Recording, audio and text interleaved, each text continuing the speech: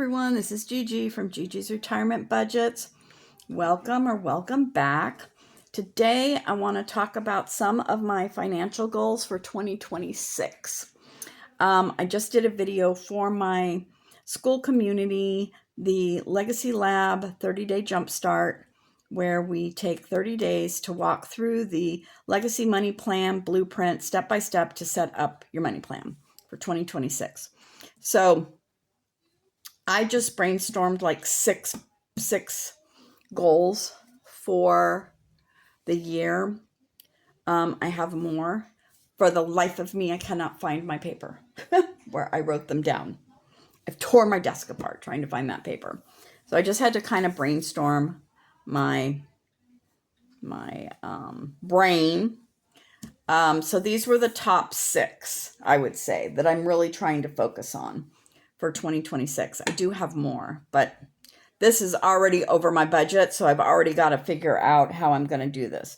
And it's over my budget based on what I'm currently making right now with my retirement pay and my Social Security pay.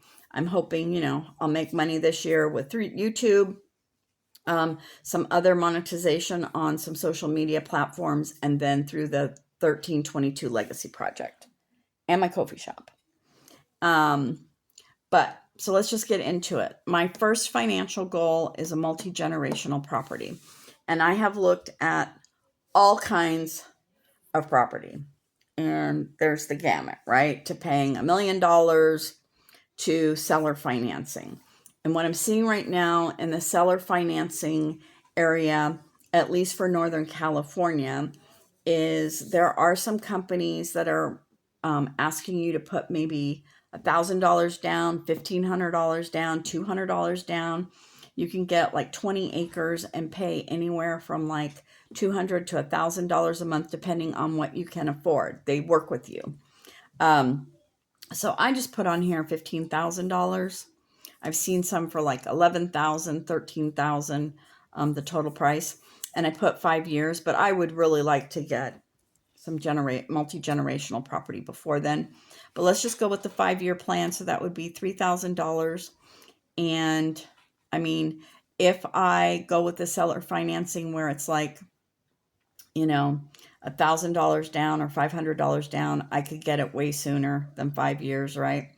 But this is just kind of the guideline I'm going with right now. So if you haven't made financial goals before, you're going to put down what the total amount is, how many years you think it would take you to save that amount of money, or your goal, like what do you want to, how many years you want to take to accomplish that goal. And then you divide the total amount by the number of years, and that will give you how many a year. So I got $3,000 a year, and then you do $3,000 a year divided by 12 equals how much money you're going to save a month. And you really want to do this worksheet before you start setting up your money plan for the year, because this is the way we align our money plan with our values, our goals, and our priorities. Okay. So that's that. Then the next 4 are, I want to put $10,000 each in my 4 grandchildren's accounts by the time they're 18. So H girl, I've got 6 years to do it. J man, I've got 12 years to do it. C man, I've got 15 years to do it. And B girl, I've got 17 years to do it. And I'm already over budget with the way I figured this out. So I'm going to have to go back and figure out what I can cut in my budget that's not a top priority, because these are my top 6 priorities besides paying my regular bills, right? So this has to happen. And then the other thing is I want to get a month ahead in my, get 1 month ahead in my bills. And so if I need a total of $2,518 in 1 year. I'm just going to base it off of 1 year for right now. Divided by 12 equals $209 a month. So that's basically how I figured out some of my financial goals. Now, I want to pay my car off. I want to get it saved for a new car.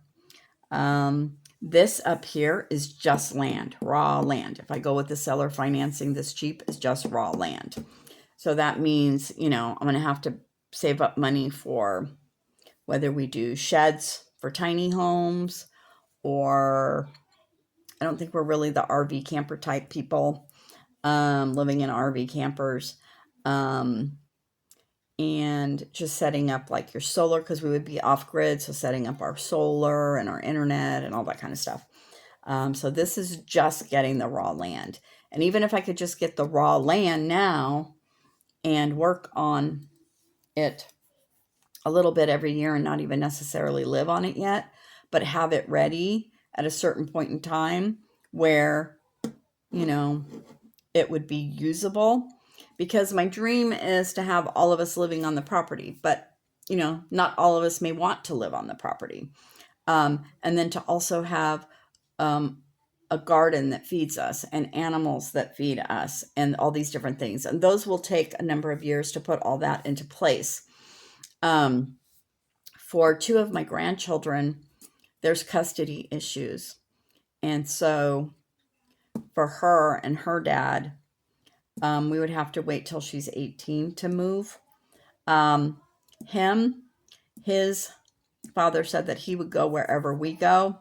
But the question is, do we want him living on the property with us?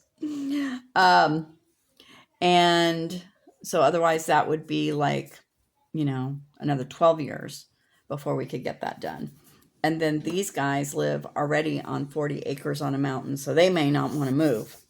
So, but I want to do the multi-generational property to have a place for my children and my grandchildren to go to and always have, in case something happens, right? Like that's the family property, and they know that there's a space in this world that is stable that they will always have, right? So that's that. So yeah, so these are just a few of my financial goals. I'm going to put I don't know if I can put a link to the worksheet. I'll figure out how to get this worksheet to you. If I can't put a link directly in the YouTube description, I will put it on my Ko-fi shop and give you the link to that, so that you can get this. Yeah. All right. Love, Lavender, and Gigi.